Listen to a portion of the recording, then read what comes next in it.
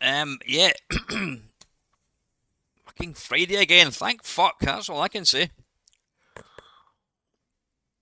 How are you, Craig? How you doing, mate? You all right? Technical difficulties, as if. What are you on about? Is it because the intro music was going on and on and on and on and on? Um, the reason for that was I started this at 8 o'clock, and there was quite literally nobody in, and I'm like, fucking hell! My popularity has dive bombed. I've got nobody watching the Friday Waffle, and I'm sitting thinking, if there's nobody watching it, then I'm not going to do it because this this thing that I do, I need input. I need input from, as Johnny Five would say, need input.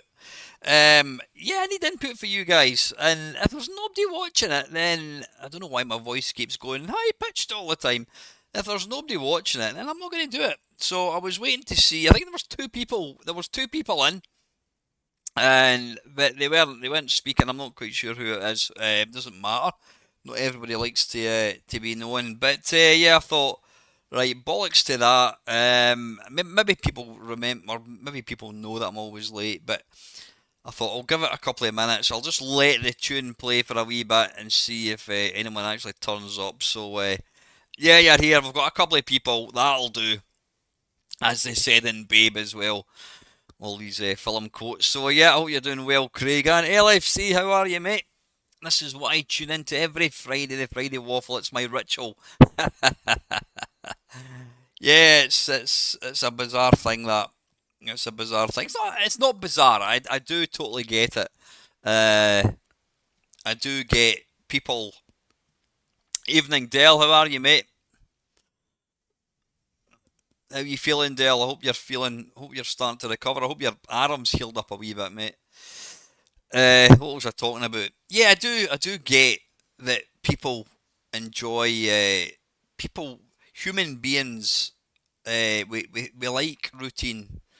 I think to quote a Blur song, "Part Life," routine gives us an enormous sense of well-being. It does, because life is tough. There's absolutely no question of it. Life kicks your arse all the time. It can be shit. Alan added nose here. Yeah, there we go. Yeah, look, you can get right in that nose. Look at that. Whoa. Uh, yeah, I was fucking about with the camera. I mean, let's have a quick look just now. I was messing about with the camera. Where is it? Webcam properties, and then I can go to configure video, and I was messing about, and it went woof. There we go. How's that? Yeah, that's a wee bit scary, a wee bit blurred looking as well. So yeah, let me just take that right back again. Configure video. Uh, Bing, there we go. That'll do. That will do. Yeah, I'm talking about routine. I think yeah, routine gives us. I need to turn that bloody down because I'm kind of slouching somewhat. There we go. You can see my belly. Routine gives us something to look forward to. It might only be something like a fat Scottish bloke talking shite, or it might be your favourite TV programme, or it might be, I don't know, you always go and play snooker with your dad, or you know your granny comes to visit, whatever. But we thrive on routine, and yeah, I do get it that my channel is routine for some people. I've been doing this a long time. I've been doing it for whatever it is, 11 years. That is a long time.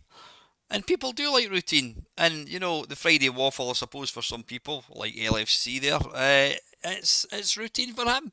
So that's good. I like to be considered as routine. That's a bit of a compliment in my book. It's a compliment from the point of view that somebody would actually want to watch this. Someday, it's a Friday night, it's 8:10. They could be watching something on Netflix or whatever. They could be going out to the pub with their mates. But for whatever reason, they've chosen to watch this. So that's great. Now I'm getting that, Dale. I'm getting that stream's current bitrate thing. I did, I did change that. I don't know what's, I don't know why it's. I'm getting that error message, but it seems to be fine. Things seem to be. Yeah, Craig said there the channel has taken over my Sunday nights for the last 4 years. I know. What would you do without me? Here's a thing. What would you do without me?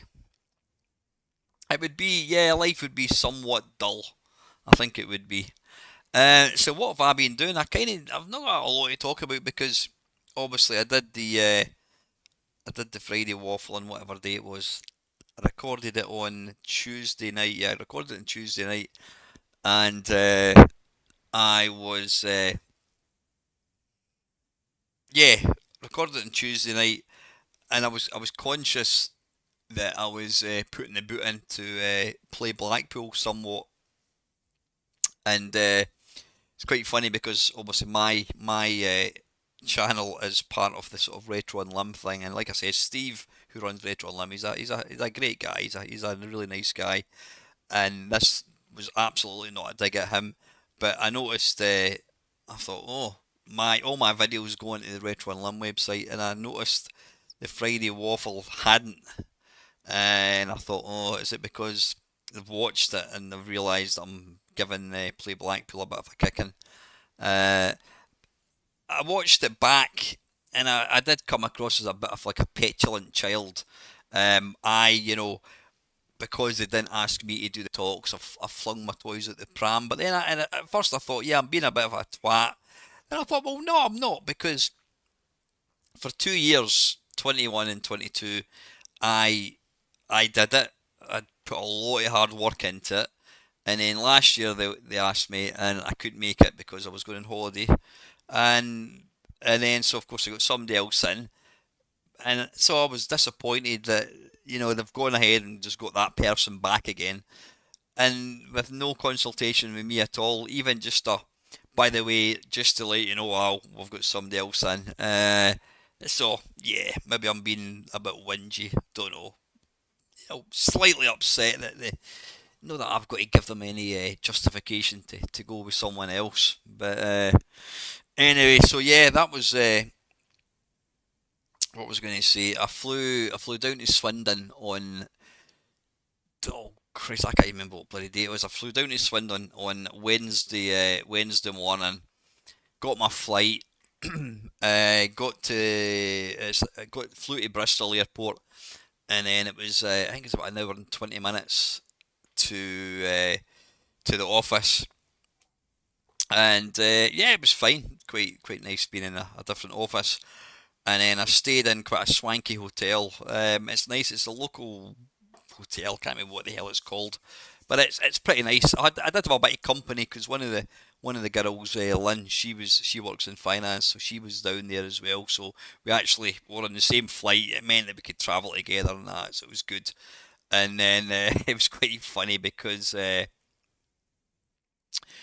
we one of the girls, the finance managers, messaged me, says, "Oh, we're going out for some dinner. Do you want to come?" And I'm like, "Yeah, okay." So there was me and there was another four girls. Another four girls. I'm not a girl. There was me and four girls, including Lynn, and we went to this steakhouse. Had a really nice meal, and then we're kind of sitting there, and it was that kind of awkwardness where like we'd sort of we didn't really know each other that well. We'd spoken about what we wanted to speak about, and we're just kind of sitting there like, "Brr." And then Lynn's like, "Oh, I don't know about you guys, but I'm really tired. I've had an early night. I've had an early morning." So we got a lift back to the hotel, and then as Lynn and I went into the hotel, I says, "Oh, you heading up to bed?" She went, "Bollocks to that! I'm having a drink." So we ended up sitting at the bar for a couple of hours. I had another couple of pints of Guinness, which I love. I've got to say that's my new drink. I mean, I was always like, I've never been one of these arty farty hipsters drinking the what do you call it? The brew dog, all this kind of bollocks. I've always been like Bellhaven Best or John Smith's, whatever. But I've got to say the yeah, Guinness. I've got a taste for Guinness. It's really nice because this chair keeps pushing me forwards. So that was that. Got back last night. The flight was delayed, which was a pain in the arse. It was delayed by about 40 minutes, but we didn't arrive back in Edinburgh until what time is it? About quarter to 10. So I didn't get home until about 20 past 10, and it was straight to bed. Um, which was shite because you get in and you want to kind of chill out, and I thought, well, it's late, I'm up for work tomorrow. So into bed, and then the alarm went off at like 7:30. I thought, you know what, stuff that. I'm not getting up. I'm not starting at 8 since I had a long day. So got up about 10 to 10 and started working. So yeah, that's kind of been my week. Nothing too exciting, unfortunately. My girlfriend, I'm not seeing her. I'm not seeing her tonight or tomorrow night. Um, will I do a stream tomorrow night? I don't know. I'll see. I'll see. Yeah, I could go at Guinness right now as well. Actually, LFC going. I'm shit with names. I saw a meme on Facebook, and then it was, what was it?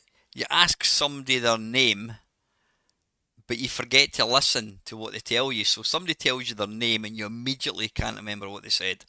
And obviously, LFC and myself have never actually met in real life. What is your name again? Because I mean, obviously, you're one of the regulars, and I do, rightly or wrongly, and if I do that and you don't like it, then tell me.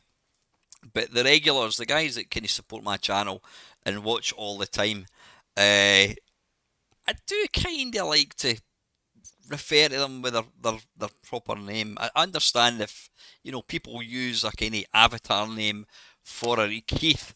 What have I called you in the past, Keith? I'm trying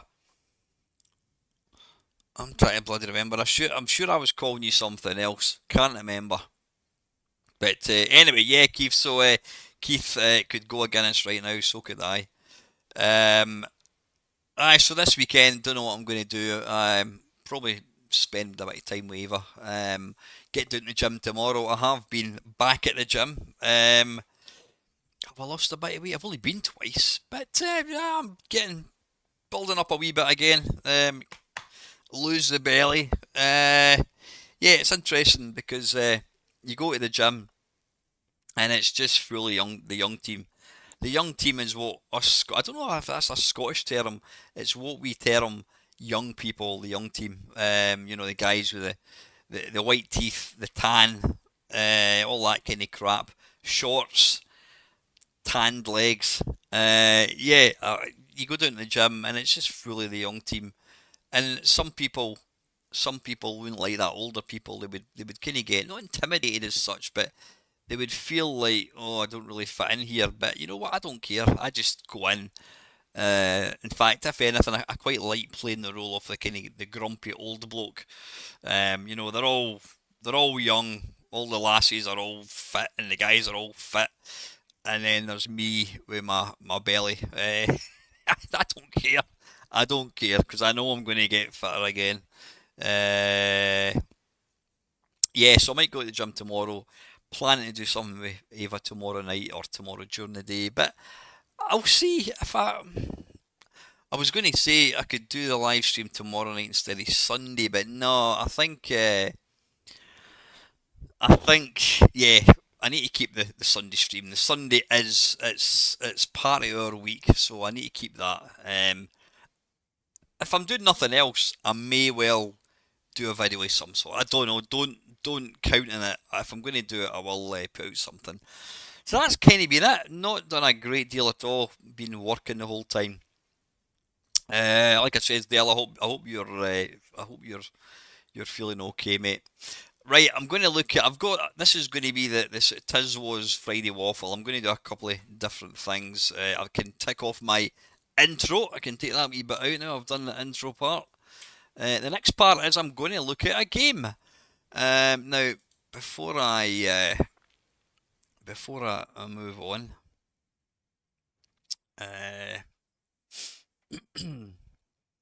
what am I looking for? I'm going to copy and paste these questions. Well, in fact, yeah, I'm going to. Ben kindly asked me a question. I'm going to. I think did Dale ask me a question as well?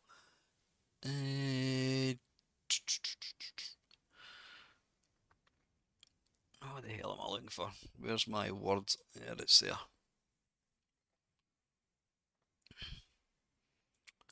Mhm.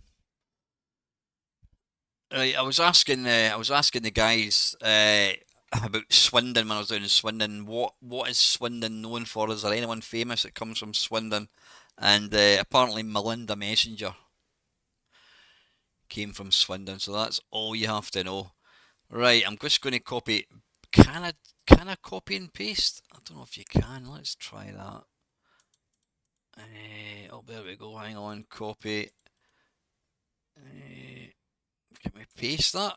Right, there we go. Right, that's Ben's question. Right, good stuff. Yeah, Delson, I look at it like this. How hard is it to be courteous and just let you know? Yeah, why do you have to? Yeah, why do you have to find out? Yeah, I know. Well, I had to ask. I had to ask. Because if if I was going to be doing the talks at Play Blackpool, I would need to know because I then need to put in for holidays, and then I'd need to think about who we're going to get. But the fact that nobody even bothered to tell me without me asking is disappointing. It really is. Dale Senior, I worked 10 years in pubs and 5 years of those under an Irish landlord. He said Irish Guinness is different and the brewed under license.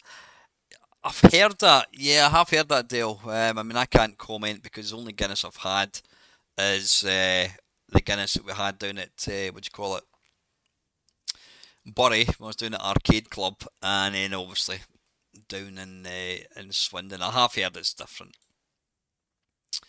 OTT, yeah, I loved OTT because it had nudity in it, and as a prepubescent young man, that was that's what you wanted. That or the Red Triangle films on Channel 4.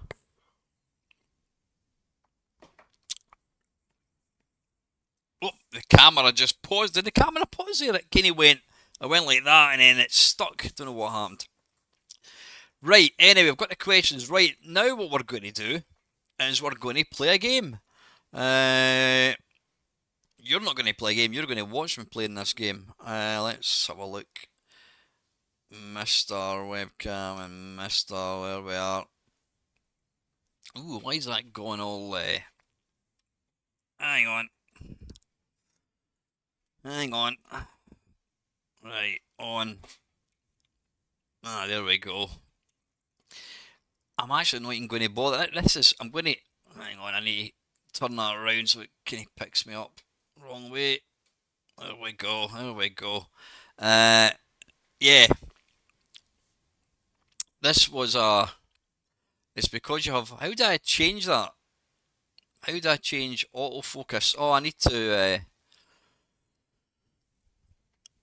to go to Mr. Properties, and then we go to Configure Video.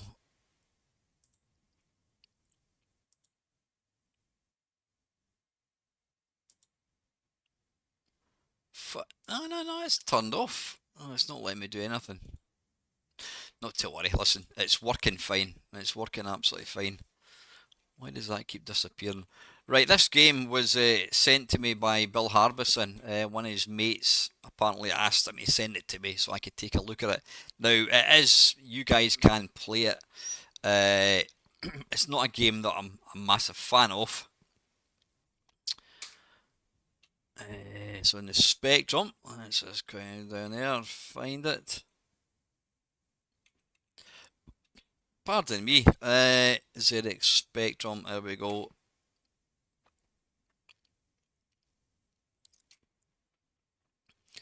I think it's a tape. I'm sure it's a tape. There we go there. Yeah, there it's there. Pac-Man RX. Obviously based on Pac-Man. How do we start it?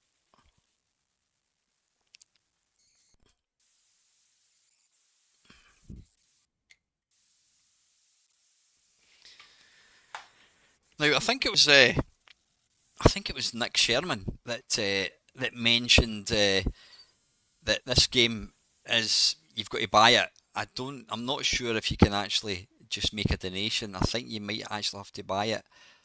Um, and what he said he would be the reason he's never really done that with games like arcade conversions is because he doesn't want to get sued. And this guy is, I mean, he's he probably saw the boot up screen here. He's written a version of Pac-Man, which kind of looks almost arcade perfect. I love the fact that they've got the kind of the bezel or whatever it's called. Is it the marquee? I think they call that. The surrounding sort of frame thing. It's interesting that Pac-Man on the screen there has got legs, and yet he looks nothing like that in the arcade. That's a weird one. So yeah, there you go. Right, this is Pac-Man. Now there are different modes. You can see there, classic, casual, plus. I don't know if this is a finished version. I'm sure Bill said it's not. But then I've seen it for sale, so I don't know. We'll just go for classic. So yeah, it's got the kind of title screen. Everything is present and correct. As is the music. Now I'm playing this through OBS rather than actually seeing the bollocks. Rather than actually playing it through the Mister screen. In fact, you know what? That's bloody stupid doing that. I'm going to turn my head round so I can actually see it here. What's going on? There we go. There we go. Right, that's better. Right, I'm going to actually try and play this properly because. Oh, damn it.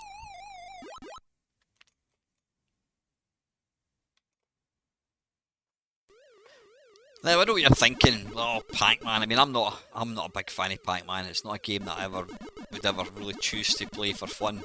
There was a lot of conversions of this back in the day on the old home systems.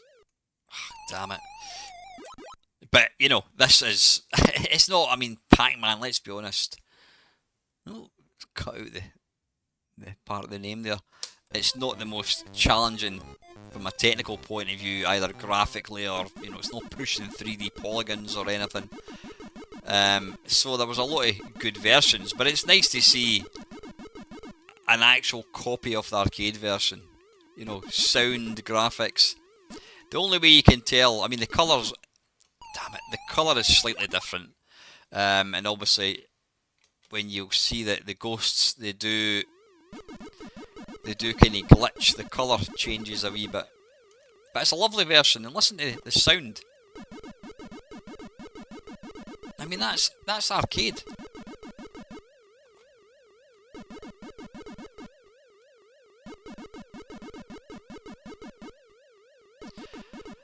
One thing, if you ever watch guys like John Studley playing Pac-Man, one thing they'll never do is like change direction.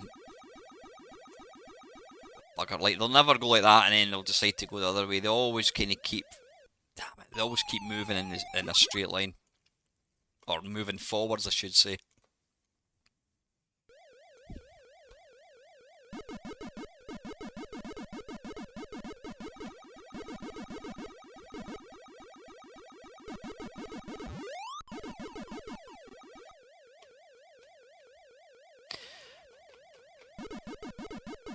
One tip, again, that John Studley told me, is as you're going towards a corner, have the joystick held in a direction that you're wanting to move. So don't wait till you get to the corner like that, and then try and change direction. If you're moving along the bottom, let's go, let's try a different, we'll just play that.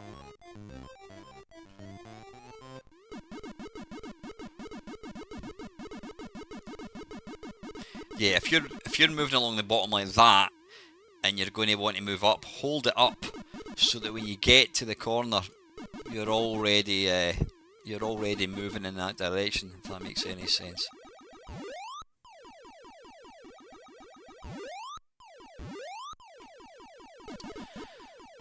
Now,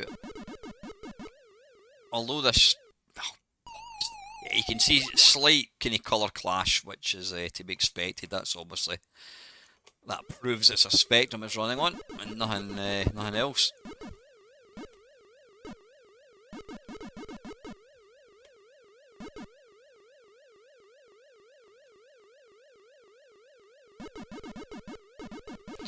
Now, I can't comment as to the authenticity, like the movement of the ghosts.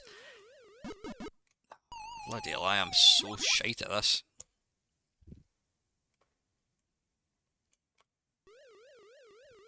The thing about this game and all early arcade games, you're never going to beat it. You're never going to get to the end of it. Dearie me. Tell you what, like, I'm going to die here. Well, I'm dead. I'm going to have 2 more games. I'm going to play one where I'm just going round and eating the dots as quickly as possible. I'm not bothering about the ghosts. Then I'll play it properly, try and get the power pill, and then try and eat the ghosts and see how I get on. Because when I played this back in the day, like the Atari 2600 version, all I did was eat the power pill. I almost used the power pill as a sort of like a safety net. I didn't use it to maximise score or anything. Oh, bloody hell.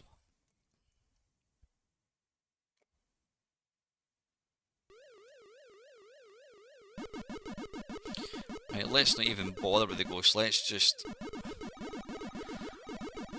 use the pills to mop up.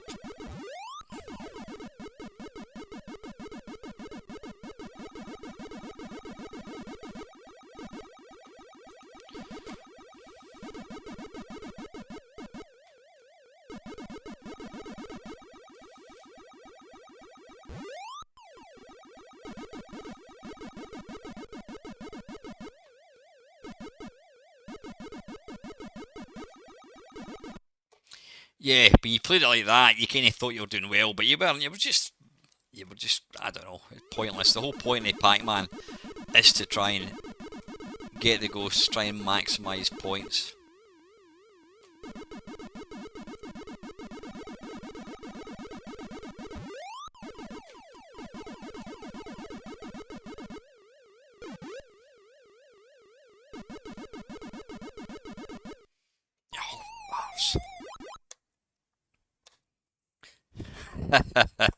A few Pac-Man fans in the stream tonight, possibly. It's interesting. My Friday Waffles lives, they're not. I wouldn't term them massively popular. I do have some. Oh crap.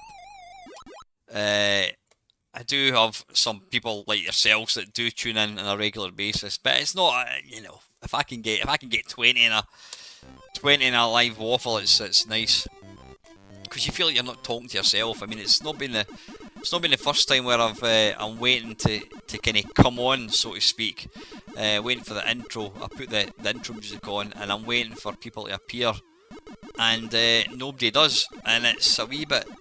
Is that dot? Oh, that dot looked like it was yellow. Yeah, it's slightly disconcerting, and you know, it's nice to have people watching, because you know you're not talking to yourself.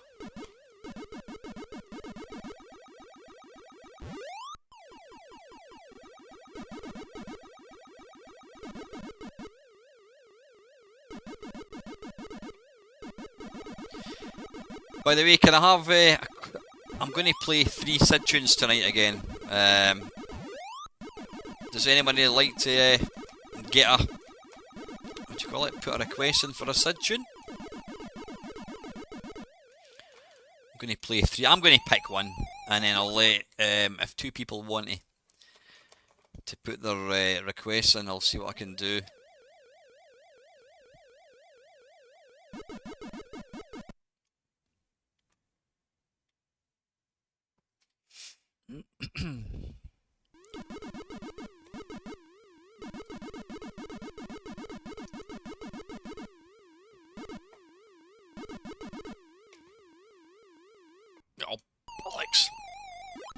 pish at this. Absolute pish. Right, what I'm going to do, there is a bit in the maze which is here, where you can actually, you can rest, but you've got to get, I think the ghosts have got to go into patrol mode.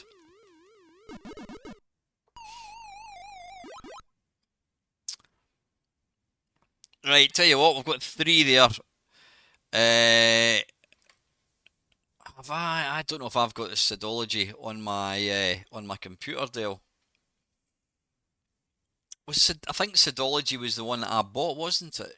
Yeah, that was, sorry, I got given it actually. Trevor gave me a copy. Let me just have a quick look.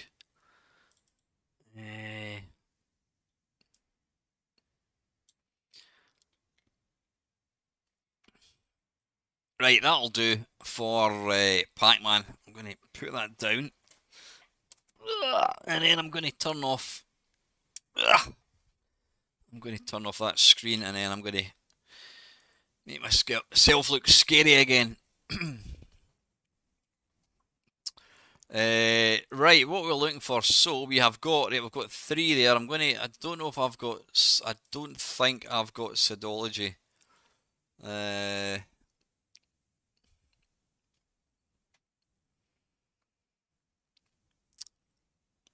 Right. Okay. Well, let's tell you what. Let's. Craig, is it the? Is it the Greenberry?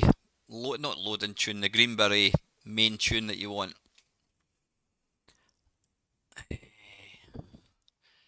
Just give me 2 seconds. I want to.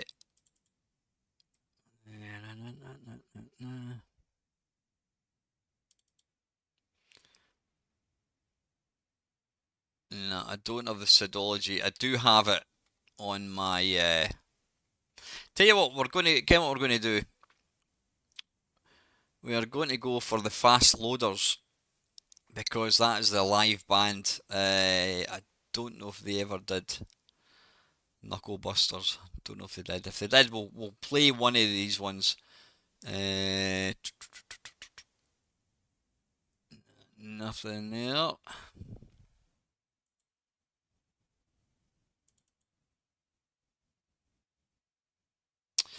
Right, here we go, Craig. This is, well, hopefully it's a wee treat for you. This is Greenberry, and this is done by the Fast Loaders, which is a live band.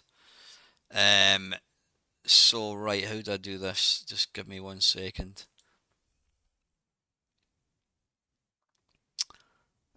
What do I need to do? I need to load that like that. Fucking hell, that was loud. Did you guys hear that? I don't think you would have. No, you wouldn't have. No, you didn't hear that. Right, just give me a second. Right, media player. So we need to go to properties. We need to go to media player.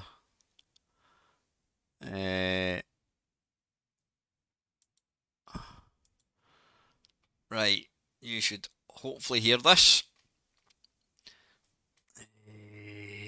I'm going to turn this down a wee bit. What I need you to do is let me know if this is too loud or not. So this is the fast loaders, and this is a Greenberry.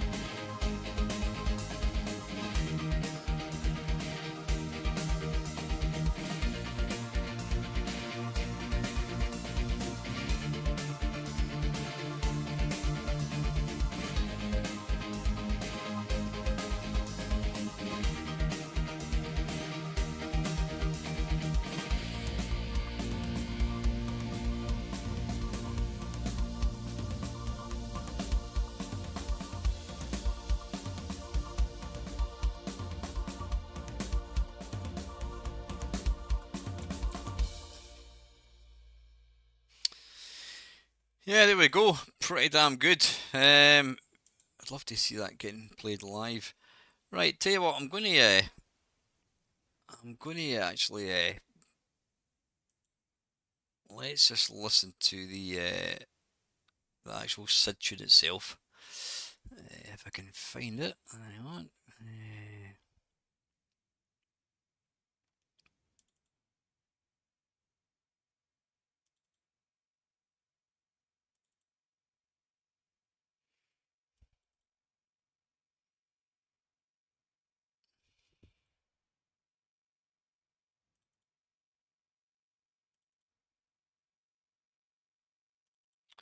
Right, Martin Galway, Greenberry.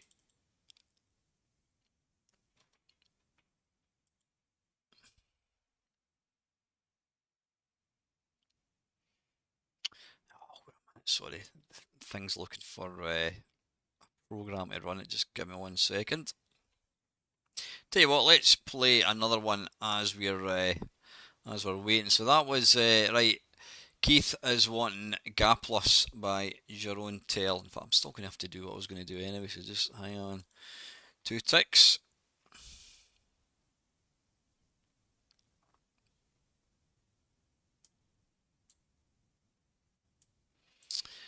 Do do do do do do do do.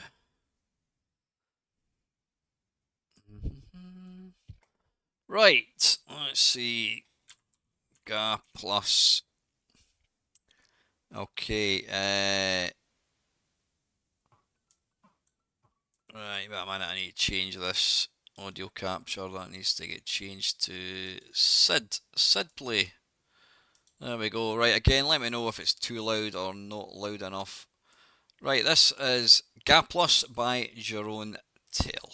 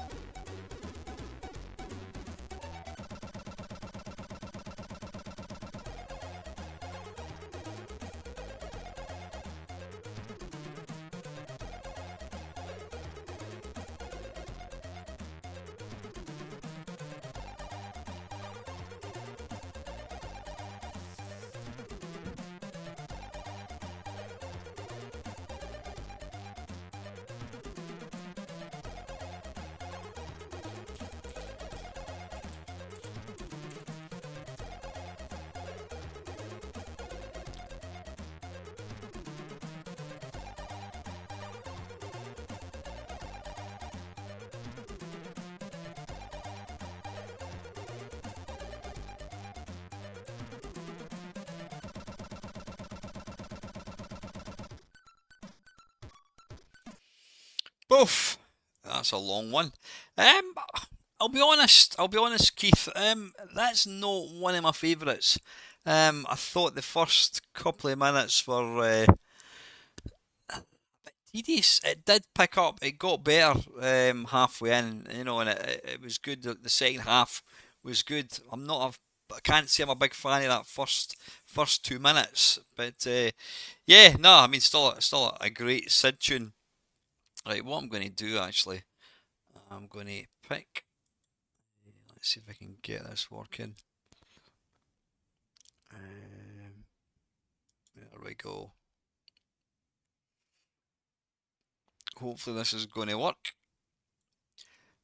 Right, the tune I'm going to pick for Dell because he's given me a kind of a free for all here.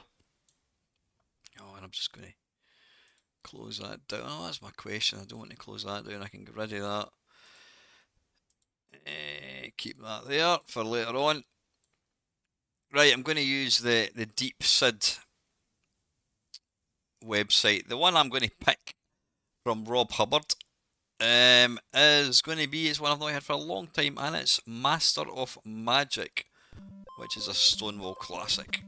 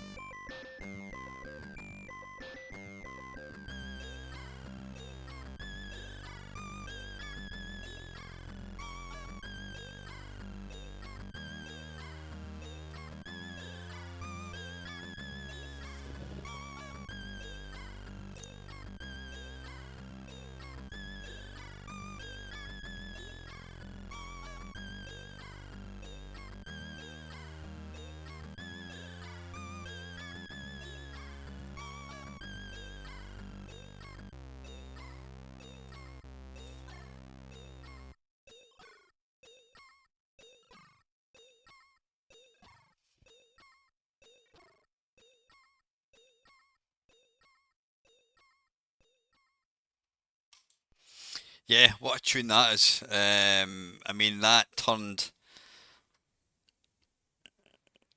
What do you mean Scotland are winning? What are you talking about? Scotland are winning. Don't tell me the bloody football started. When does the football start? What are you talking about? You taking the piss still? Please tell me Scotland aren't playing football tonight. When does it start? Yeah, that tune just is so epic. It made me play a game genre. Ah, right. Last, all right, okay. Yeah, so it's just a. Who are they playing, Craig? Right, so it's just a friendly. Right, got you. What was I going to say? Yeah, that tune made me play. That made me want to play a genre game that I would never have bothered with before. No, that's good. I mean, at the end of the day, a friendly is a friendly. But if you get a victory going into the sort of into the actual tournament, that's always going to be a good thing. But anyway, yeah, that was phenomenal. Now I do have these digital tunes, and I can't for the life of me remember where the hell I've put them. I need to bloody look for them. Anyway, I'm going to play one more tune. It was actually a tune that Lacozer picked as part of the Sid shows, and I'm just trying to find it.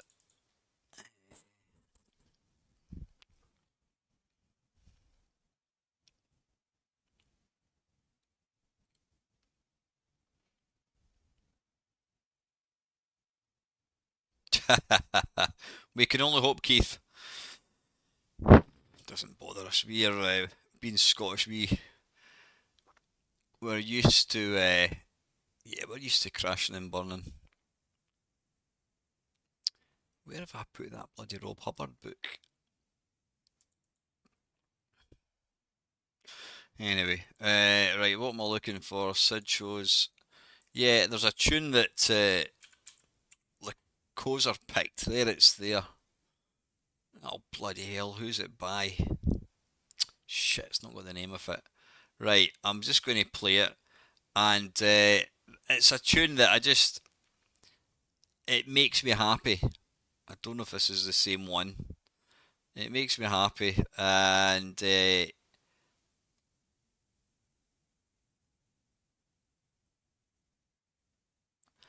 I wonder. Wait a wee minute. If I load up, well, hang on a second, folks.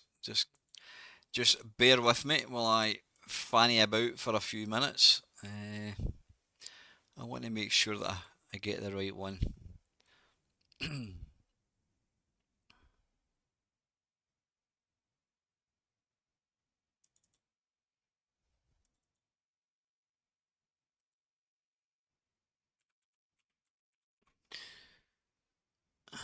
I'm just going to play this. Hopefully you're not going to hear this.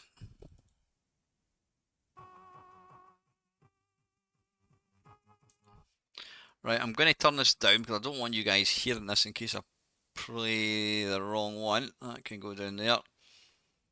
Is it this one? Nope, not that one.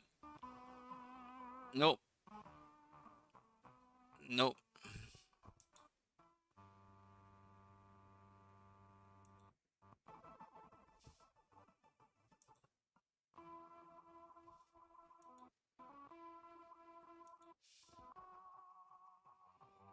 Here we go. Right.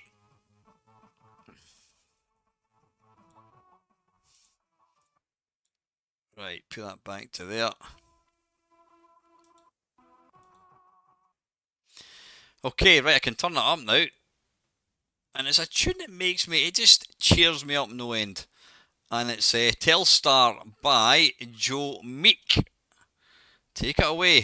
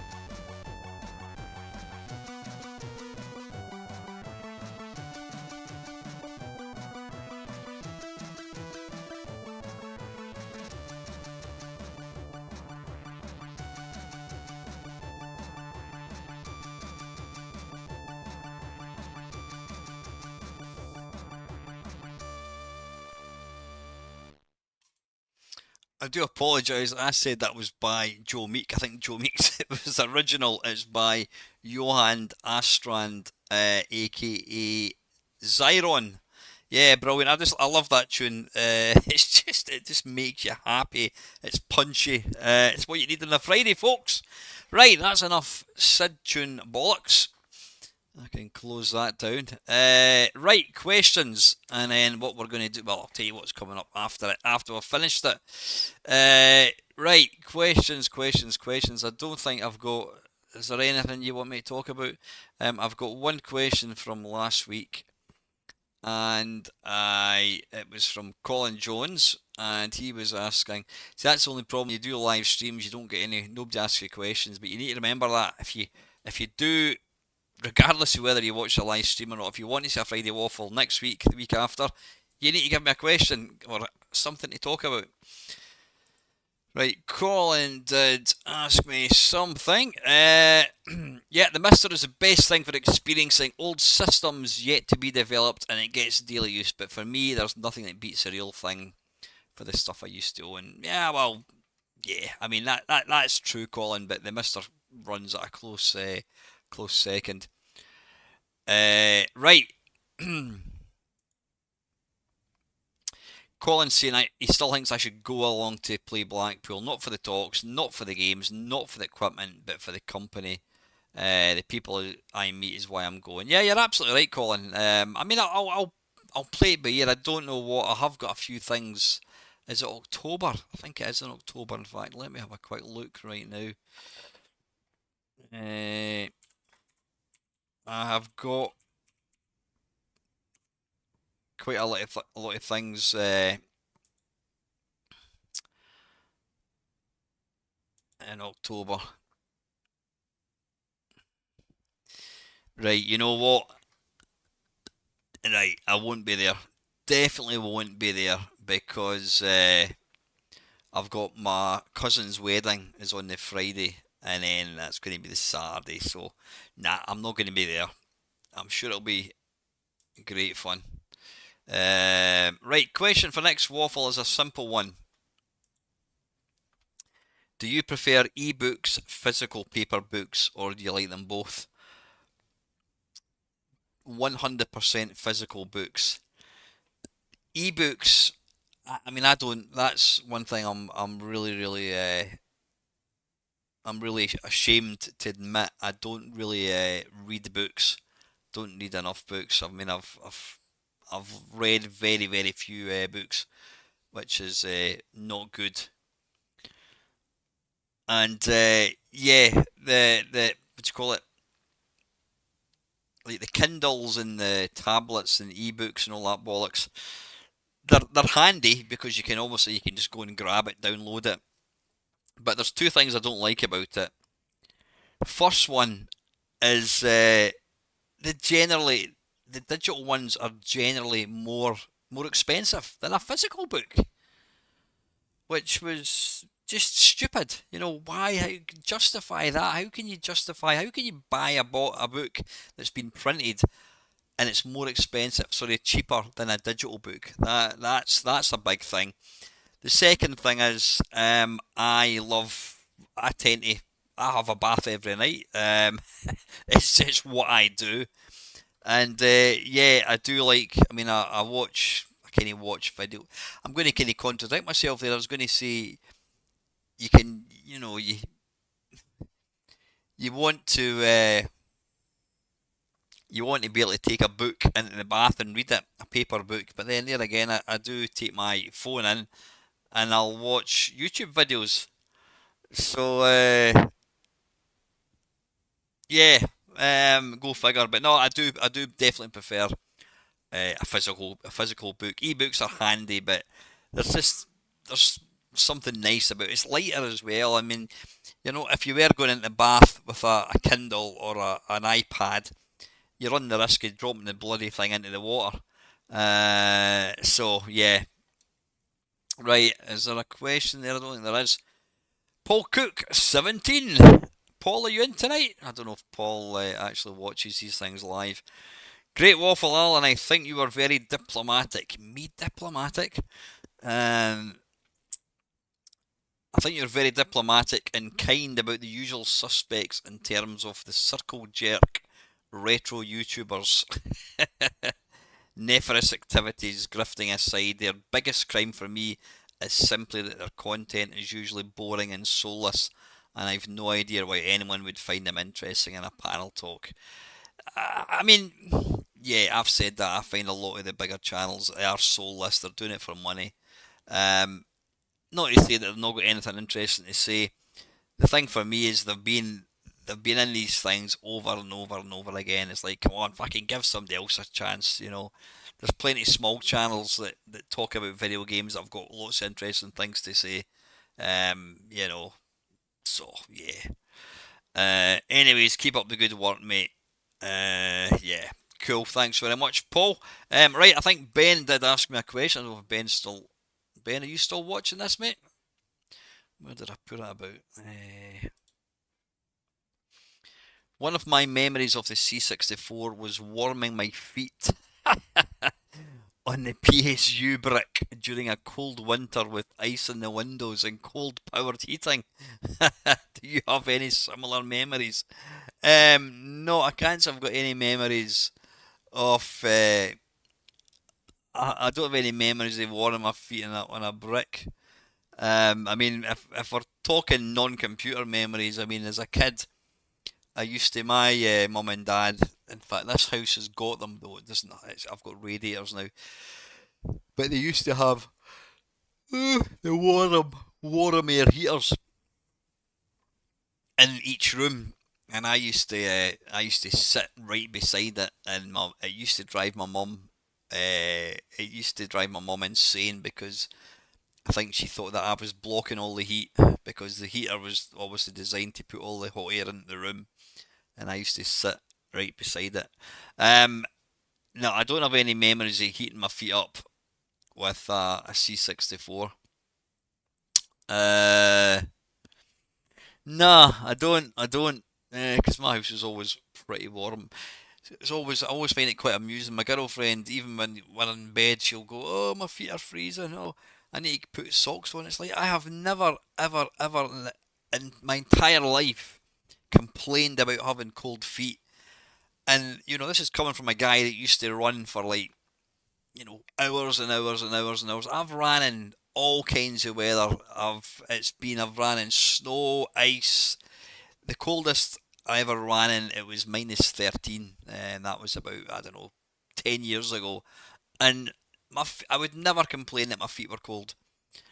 I don't know what it is with women and cold feet.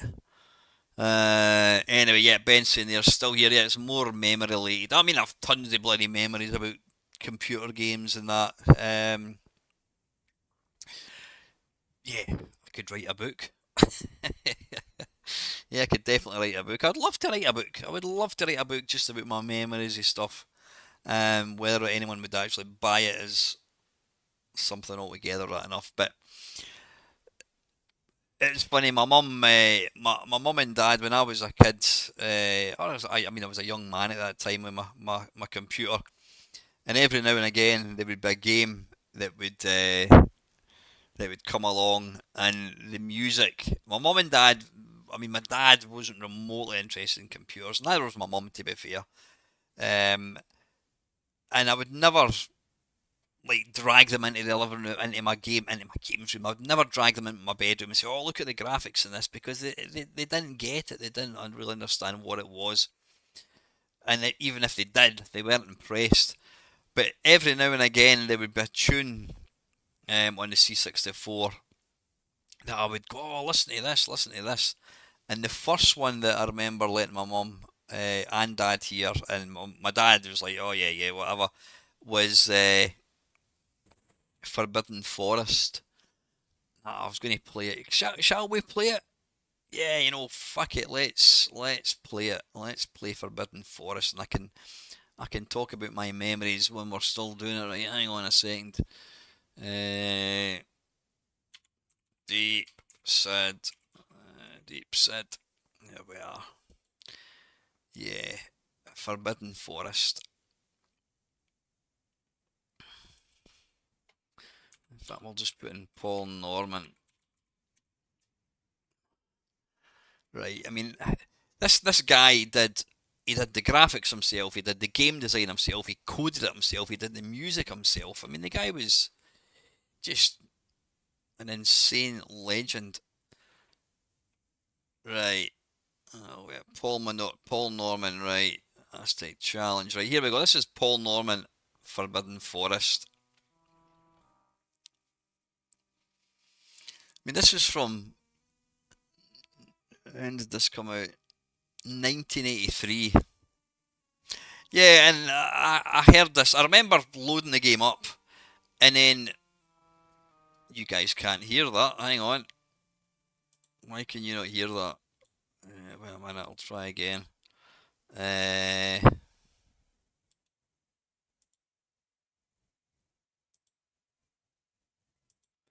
right, you should hear it this time. I'll just replay it.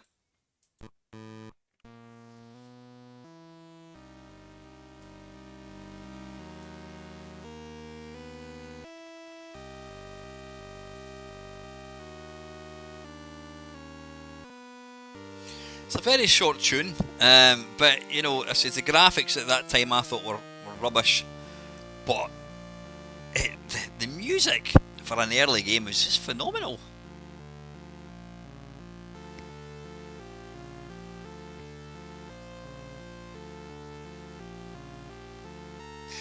They obviously sped it up.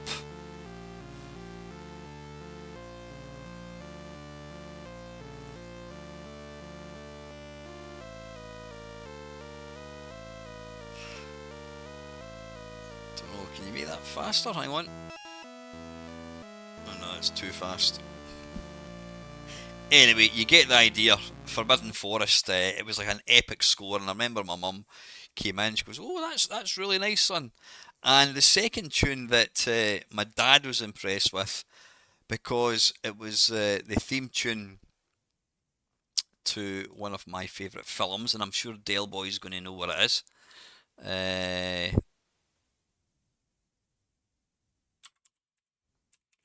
it was for an ocean game, or it was an ocean game, but published through the Konami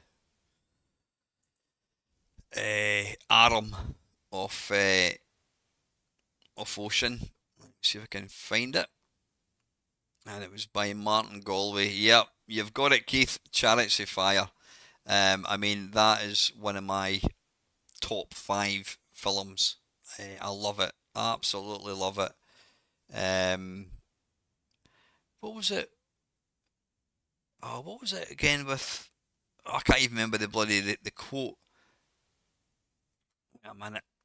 My mate actually mentioned it the other day there. It's it sets my heart racing. I get the hairs on my back stick up when I hear this. It's it's beautiful. I need to watch that. Uh, I might actually watch it tomorrow since I've got nothing else on. Um, oh yeah, I think it was with hope in their hearts and wings in their feet. That was what the quote was. Where is it? Let me just find Martin Galway. Yeah, and this came out completely out of the blue. The Hyper Sports the game looked phenomenal, and I bought it. And then yeah, when I loaded it up, this happened.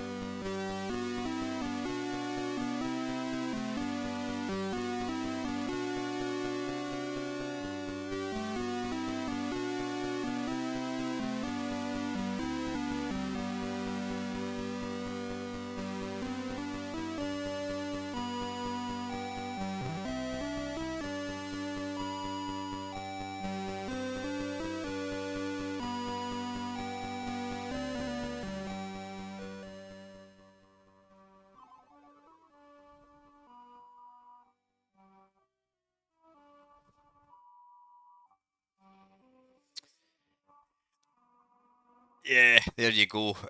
Even listening to that Sid tune, just it just takes me back to a happy time. Young man living at home, both parents still alive. Awesome.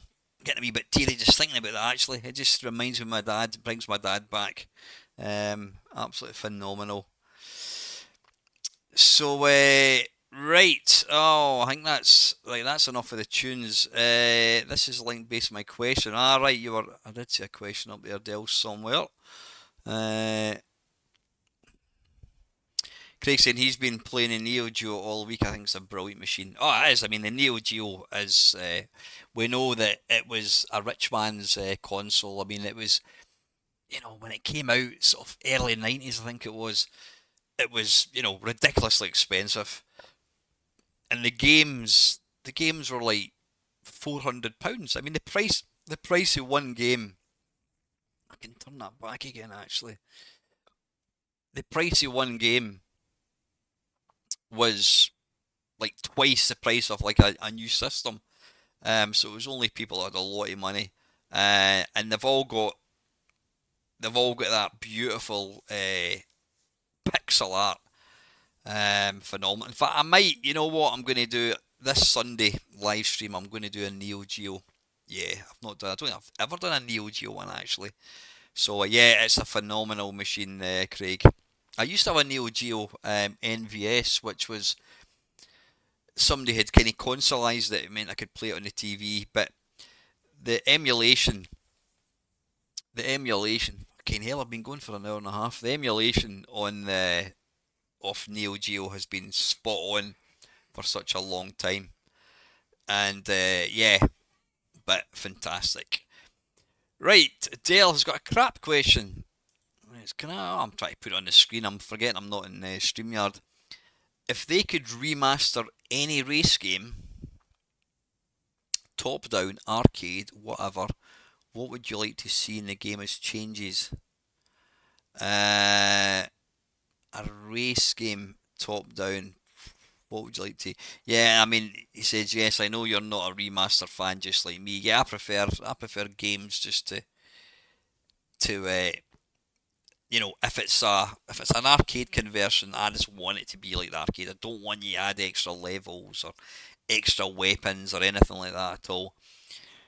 Any dynamic, any race game.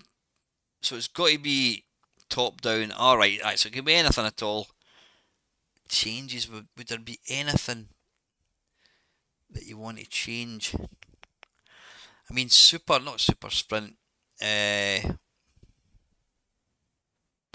I mean, Outrun is it's one of the perfect kind of race games for its time. I'm trying to think, Dale. I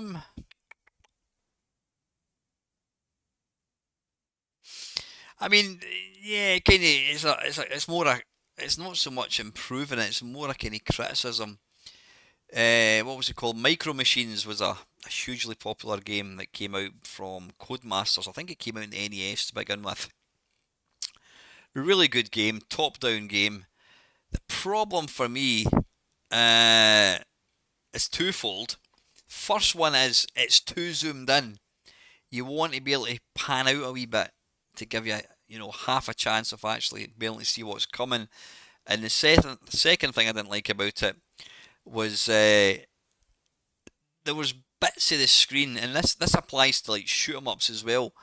There's I'm slouching. If I was at school, it'd be like sit up, Stuart, stop slouching in your chair. The problem is this chair that I've got, it goes all the way back. Whoa.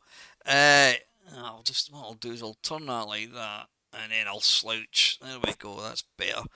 Uh, what was I talking about? Yeah, Micro Machines. It was too zoomed in, and some of the graphics you didn't really know exactly. And I thought that's no, that's not really fair. No, but for shoot 'em ups, there are some shoot 'em ups where there's bits of the landscape you crash into, and there's bits that you don't crash into, and it's not always obvious as to what bits you can crash into and what bits you can kind of fly over. But racing game, Dale, I can't think of any real. I'm not a huge fan of racing games. Um, yeah, like I said, Outrun was, do we make add more levels? Well, okay, one game. I would say, what's it called? Lotus Turbo Challenge, the original one, the very first one, not Lotus Turbo Challenge 2. Lotus Turbo Challenge 2 is generally regarded as the one to go for. That is the best version. I think from a technical point of view, sales, it looked pretty, etc., etc. But I preferred the first one because you're racing, you're actually racing against other cars. So I would like to have seen them either made the original. Sorry, I was going to say something and I've completely changed my mind. But I've thought of something else. Yeah, the first one is great because it's a race game, but you couldn't get it full screen. You had that annoying. It was two player. You could play it as one player, but you only had half the screen because the other half was just you could see the car, the sort of player two car, kind of parked up with the mechanic looking extremely dodgy in the background, giving it all that with his hand. I don't quite know what he was doing. I even asked Andrew Morris that. What was he doing? Uh, oh yeah, or the second one, make it a race rather than racing against the time. So yeah, right. Keith is asking, have you ever unsubscribed from someone you used to like, but then noticed they became weird and acting quite frankly inappropriate? Hope you're not talking about bloody me, Keith. No, I mean there's been plenty of YouTubers who I have subscribed to and then I unsubscribed to. Um, One of them, in fact, I think I don't think I've unsubscribed, but I don't watch him at all. And it's Steve Benway. I mean, everybody, anyone that's into retro games knows who Steve Benway was. He was making videos about games before I was on YouTube. I mean, he was one of the early kind of pioneers of the kind of the UK retro scene. Lovely guy, and I used to adore his channel.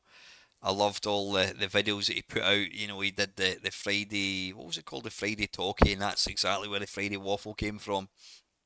Um, but not the questions, the videos that he makes now are all based on PlayStation 5, VR. I've got no interest in them at all, so I don't watch Steve Benway at all now. I don't think I know he used to watch my channel. I don't think I've never seen Steve comment on any of my videos for a long time. But yeah, I used to watch his channel. It was one of the go-tos. I mean, the Friday Talkie was my Friday night. I used to look forward to Friday night. Part of it being I could watch the Friday Talkie, but I don't watch his channel at all now. It's changed. He doesn't talk about stuff that I'm interested in. Uh, is there any other questions? But I can't say I've ever seen anyone act weird. Well, I think you might be referring to somebody. I'm going to mention him, Mad Commodore. Mad Commodore used to watch my channel. I've not seen him on my channel for a long time.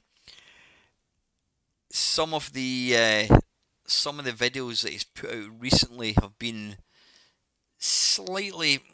I'm not overly easy or comfortable with some of the stuff that he's been doing. I mean, he's playing games, but he seems to be really angry, really angry. I mean, he was having a go at people who like use emulators for making videos. I don't know whether that was a dig at me because I use emulators because it's easier. Um, I would like to think not because he's been on my channel. He's watched a lot of live streams and that kind of stuff, Sunday streams, and we've always been friends with each other. We've always been, very friendly. But yeah, I don't know what's going on. He just seems to be really angry, really kind of quite, yeah. don't know, but you know what? We've all got stuff we've got to deal with. So yeah, evening, Trev. How are you, mate? Um, so yeah, right. I think that is it. Right, before I go, we're gonna. Hey, Jerry. Good morning, my friend from the Philippines. Fantastic, Jerry. Where are you from? Are you from the Philippines, or have you kind of emigrated out there? Lovely. It's nice to see my channels getting all over the place. Let me know where you're from, Jerry. It's always good because most of my audience come from the UK. I think it's like, I don't know, 60% or something. Uh, anyway, right before we go, I have I've got some little. Hang on, I'm gonna don't save. Hey Bob, how are the blisters, mate? If you don't know, Bob recently walked the West Highland Way, which is 96 miles over some of the toughest terrain. I trust you. There is the terrain that the West Highland Way is in sections is terrain that you've never ever probably walked on before. When you get up the Devil's Staircase and you're walking down towards Kinlochleven, that is brutal. You're just trying to not break your ankle on rocks, etc. But yeah, Bob walked it. It wasn't last week, the week before, and he raised some excellent money for a really worthwhile cause. How is Geordie, by the way, Bob? Do you know? Bob's daughter is friends with this little girl called Geordie, who's she's got some sort of cancer. I don't know whether it's terminal or not, but I know she's very ill. And Bob raised a nice chunk of money, and last Sunday's stream or the Sunday before? Um, there was about 170 quid in donations, which was really really good. Uh, I thought Alan was at the Taylor Swift concert. Yeah, yeah, I fucking Taylor Swift. You know what? I couldn't even name a single song that she's done. Right. Anyway, instead of I've got some little clips I want to show you. Let's see, how do we do this? Right, just bear with me. Hopefully you can still hear me. Yeah, you can still hear me. Right, media source. Let's find this. Yeah, I'll wishing her all the best, Bob, and well done. Thanks for doing that, mate. That's it puts it all into perspective when it's a kid, you know. Right, anyway, these are little clips that I have downloaded from the BBC Archive website or YouTube channel. There's 7 of them. I don't know how long they're going to last. I don't think they're very long. This one is called Video Wars Betamax versus VHS, and this was on the Money program. Hopefully the sound is okay. Let's watch this. When VCRs began to take off in 1978, they caught on with the British at once. In only 5 years, we've become the video addicts of the world, watching more recorded material than any other nation. 1 in 5 homes have a video machine, and that figure could rise by Christmas to 1 household in 4. We've got this extraordinary situation in Hang on a second. A lot of people don't buy, they rent, and VHS managed to get the thorny MI. Oh man, I'm going to put it back to that, and then I'm going to.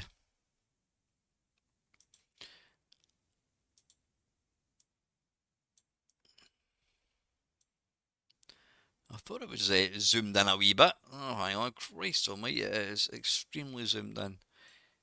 Oof. Right, there we go. Put that there. In fact, I'll move me over here. Hang on a second. Webcam. You can go over there. And then you can come down here like so. There we go. Right, let's take it from the top. When VCRs began to take off in 1978, they caught on with the British at once. In only 5 years, we've become the video addicts of the world, watching more recorded material than any other nation.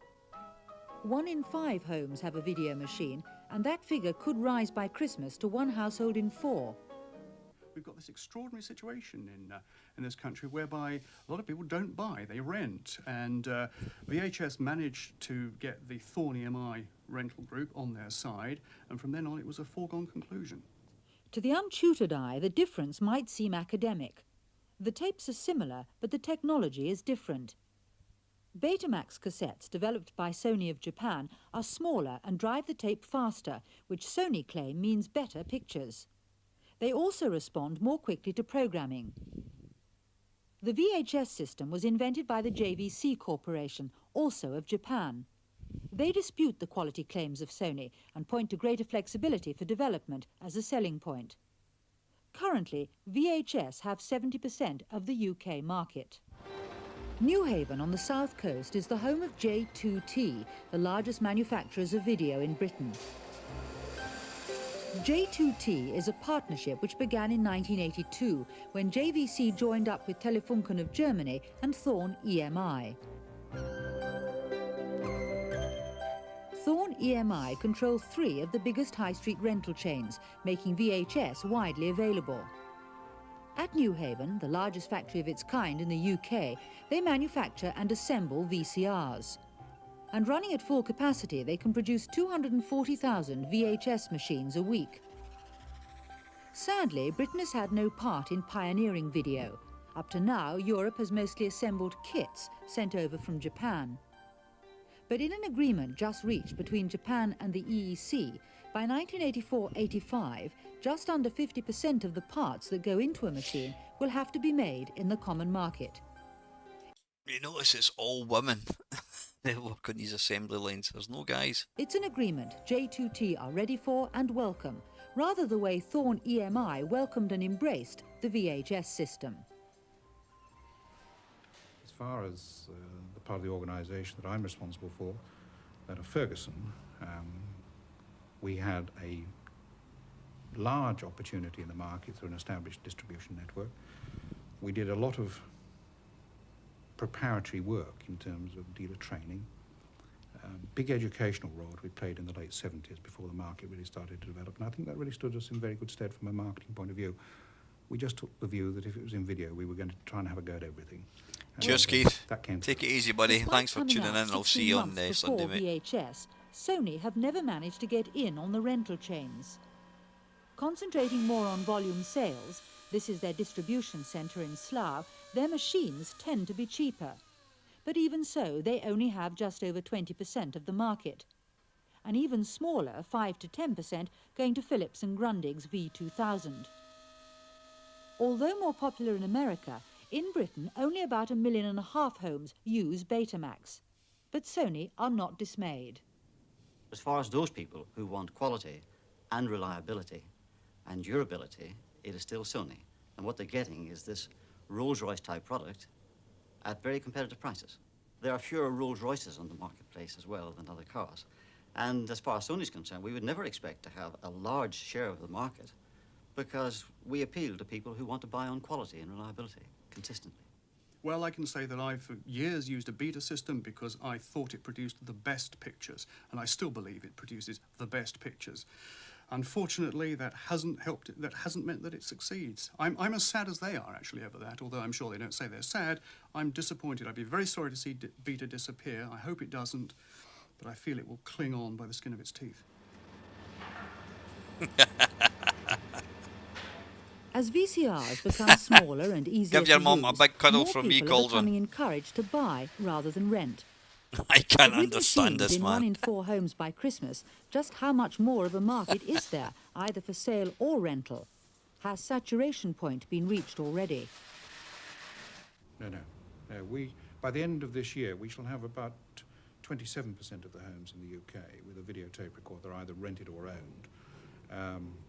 And we could expect, I think, quite reasonably from all the research that we have done to go up to an ownership level of about 2/3 of the overall market before it significantly slows down, so we've got a long way to go. Our view is that people will start to use video much more as a hobby and less as a passive piece of machinery that sits in the corner. People will start using it much more actively, and with these new toys which we have, the little video camera, the small little thing, one piece, which takes a full-size, standard-size cassette, 3.5 hours recording time. So you can take that out, use it, come home, take the cassette out of that machine, put it in your Betamax, press the button, watch it on television. It's as simple as that. They'll be using it in their home. And I don't mean just Look at the size of that. taking a video recording of your daughter's 21st birthday party. I mean using it for hobbies, sports, pastime. A man who will maybe have his 21-year-old daughter, heaven help her, taking a video of him as he practices golf swing in the back garden to show him where he's going wrong. It'll be a much more active role. Beta Movie is very clever, but it suffers from one disadvantage. It doesn't play back the tapes that you record on it. This means that if you're out on holiday and you're taking instant shoot movies, you can't check whether actually anything is going on tape. You have to go back home, put the tape in a home machine and check it. And unfortunately for Sony, the VHS manufacturers have come up with their own VHS video movie, portable camera and recorder combined, which does play back so that you can check what's going on, and it's smaller and more compact than Beta Movie. It looks as if once again Sony and its Betamax system may be overtaken by the greater flexibility of the VHS. So despite producing what some people consider a far superior quality picture, can Betamax survive? It will survive, but it will have an increasingly tough struggle. The only reason it will survive is out of personal commitment from the boss of Sony, Aki Morita, in Japan. But they're going to find it very difficult. And I wouldn't be surprised if at some stage they have to start selling VHS machines as well as Beta, because already they're selling VHS tape. The Beta Movie camera is a wonderful toy, but whether enough people are yet into the home movie market for it to stimulate interest in the Betamax system is uncertain. By the time we've all become budding Cecil B. DeMille, Sony's competitors will have produced gadgets to rival this. And the battle for which system we use will perhaps be irrelevant, as ever newer developments tempt us. There we go. Right, we're going to watch another few. We'll just see how we do for time. That was, whatever it was, the battle for... Right, the next one is...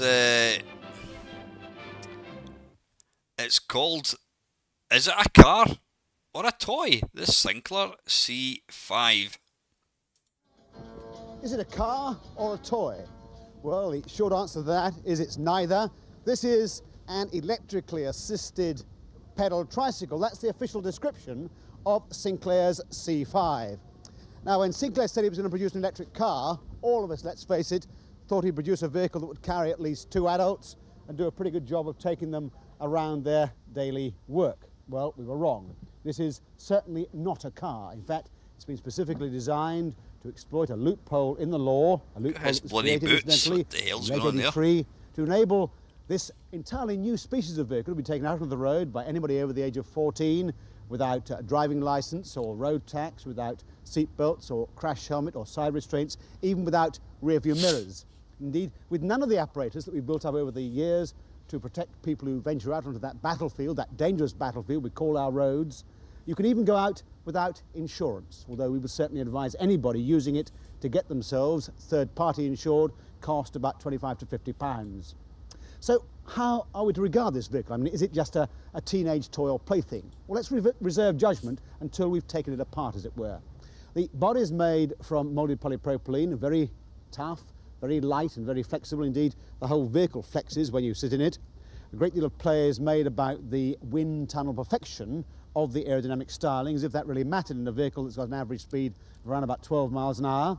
It's got a steel chassis, and because of that, the brochure compares it to the coach-built cars of the past. Y-shaped, it bears the single front wheel and the 2 rear wheels.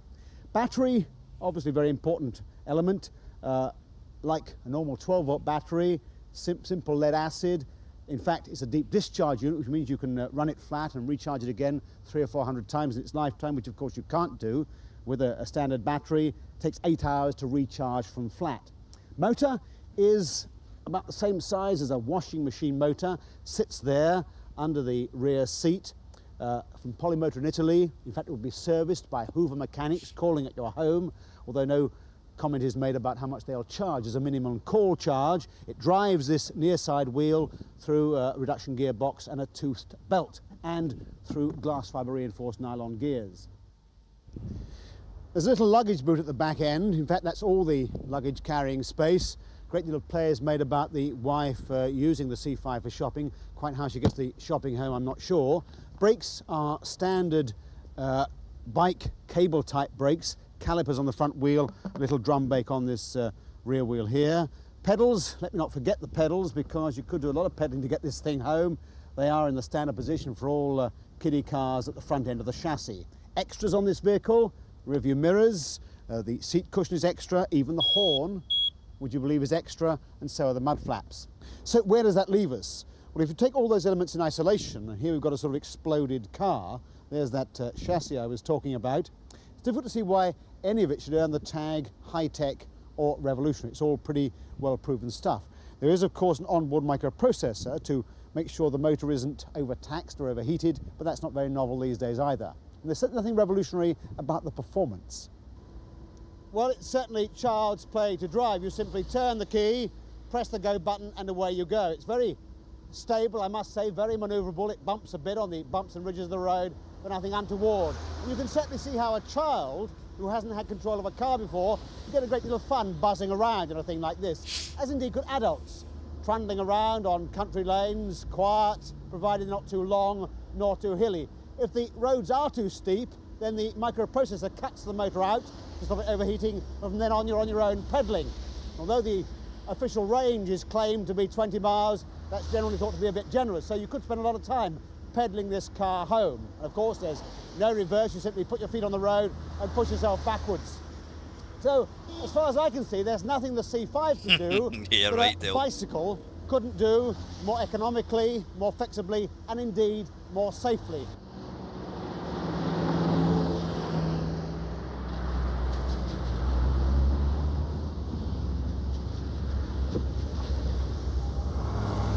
So I suppose the acid test is, would I take this vehicle on a motorway or through a standard city rush hour? I think the answer has to be I wouldn't. And if I wouldn't let my children either. So I think what people are getting for their £399 is essentially a low-speed, short-range, very economical, fun vehicle. I'm sure a lot of people will think it's a bargain at that. As for Clive Sinclair's electric car, I think we're still waiting for it. Right, do you want another couple, folks? Let me know. We'll do one more, and then you can let me know if you want another few. Right, that was the C5. What am I going to have now?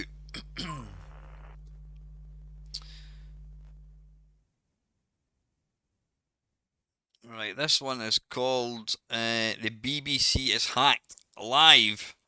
Now, this was on Micro Live. I think we probably watched this at some point.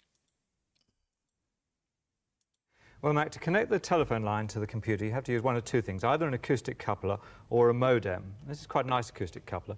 It enables you just to take the telephone handset and plug it in like that, and in that way to get a very simple connection between the telephone and the micro. The nice part about it is, of course, it can be, with a little portable micro like this, the whole thing can be portable, it's battery driven, and I was using one of these in New York when I was over there with the BBC, so I could go to a local phone, put in 10 cents, dial a local number, it would get me through a satellite into the UK, into British Telecom Gold, and I'd already typed into the micro some messages I wanted to send, I'd shoot them through, and at any time of the day or night I could do it, and then, of course, I could read the replies as they came through. It's a nice little system. Yeah, it's very useful. Right, let's try going in now, dialing the telephone, using this modem here and getting straight in. So we dial 9 for an outside line, and then 837-2844, and we'll see if that will ring out. I have a nasty feeling, Mac, that we're going to have a few problems this morning, partially because I think we're going to have an awful lot of lines busy, and I don't know whether we'll get through on this number. It's ringing. We'll see. And it's still ringing, and if 100 other people are also trying to ring in, we may not get in on this line. But if not, we'll go around a different way. Right, not going to get in that way, so I'm going to have to go in, I'm afraid, through a packet switch system. Sorry about that. 907536131. Now, would you explain what a packet switch system is and what Well, all right, it's just another route going through another network, and unfortunately it's a little more difficult to go in this way, and we'd hoped we'd be able to get in the direct way. But it's another route through a national network into this London computer. I just hope fewer people are going that way. Right, that's whistling. And let's now wake up the packet switch exchange, please. And come on, reply to me. Ah, thank God for that. Right, and now it wants to know who I am. So this is the code to get in here. TL, typed that wrong, gold, M. And it didn't take because I'd made a typing mistake. And I do hope the cameras aren't on the keyboard too well there. Right, and it now wants to know the address of the computer that we want to get through. Well, I'll try and get to the one we were getting to. 219.201.004. That was a secret little piece of code you put in there. That, right. Now, we are now at last through to this London computer, and that was where I was trying to get through by direct dialing. Right, British Telecom Gold, we're through. We now have to type in our identification, which we said our ID was OWL001. And the machine asks what our password is, so no cameras on the keyboard, please. The password is that. And Telecom Gold, Automated Office Services, we're through. Mail call. Computer security error. I think Illegal we have access. some hackers. I think you tempted some hackers rather too well. Illegal access. I hope your television program runs as smoothly as my program worked out your passwords. Nothing is secure. Hacker song. Put Fine. another password in, bomb it out and try again. Try to get past logging in. We're hacking. That's brilliant. Try his first wife's maiden name. This is more than just a game. It's real fun, but just the same, it's hacking, yes. Yeah, well, oh no, now, ACN019, hi there, Alex from Oz and Yug. Now look, Oz and Yug, just go away, will you? We want to do a demonstration here. Go away. Right, now, if they've left this system anything like intact, we should be able to do a mail scan. Right, do we want one more, folks? Let me know. That was quite funny, actually. Right, we'll play one more. Let's have a look.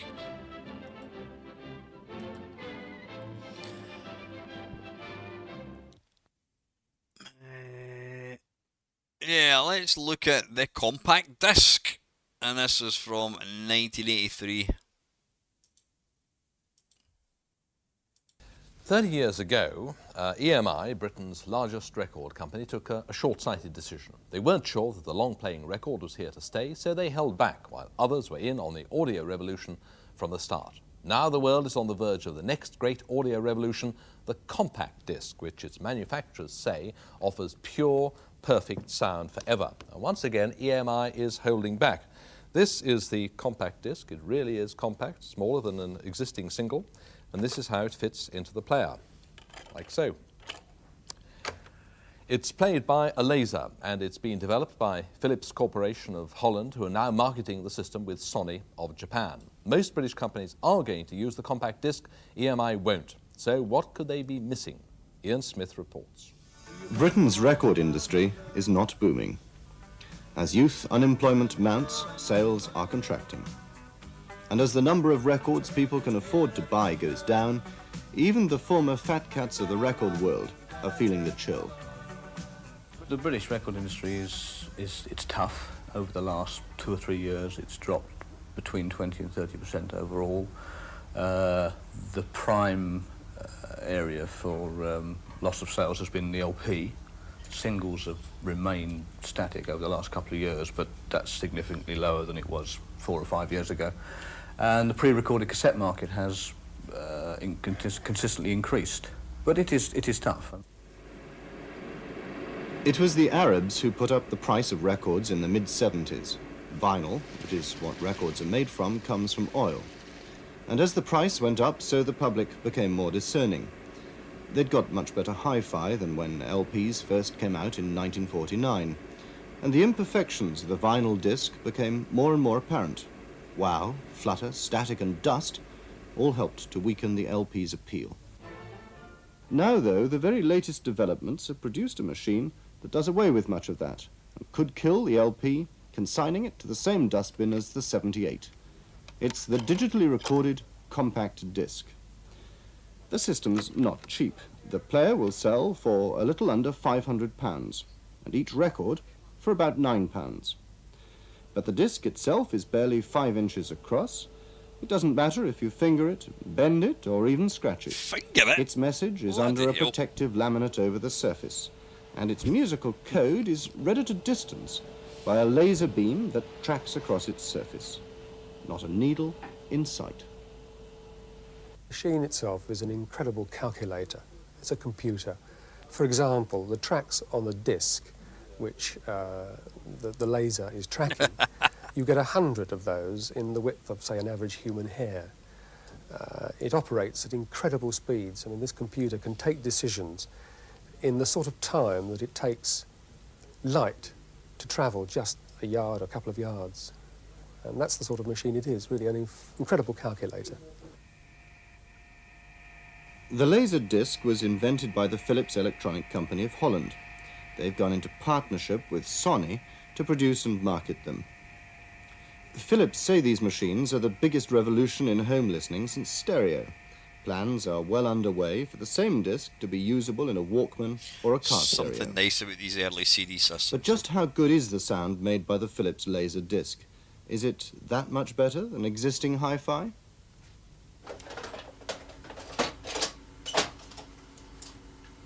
Tony Faulkner is an independent sound recording engineer.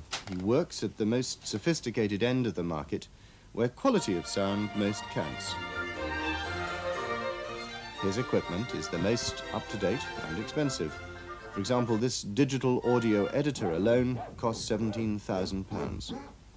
So what does a man like Faulkner think of the quality of the Philips compact disc? I think that it's definitely the medium for the future. Tony Faulkner My also has a business is rather in, fetching classics, Aaron where the sound sweater. quality is of paramount importance, and the improvements to me are stunningly obvious. In what way?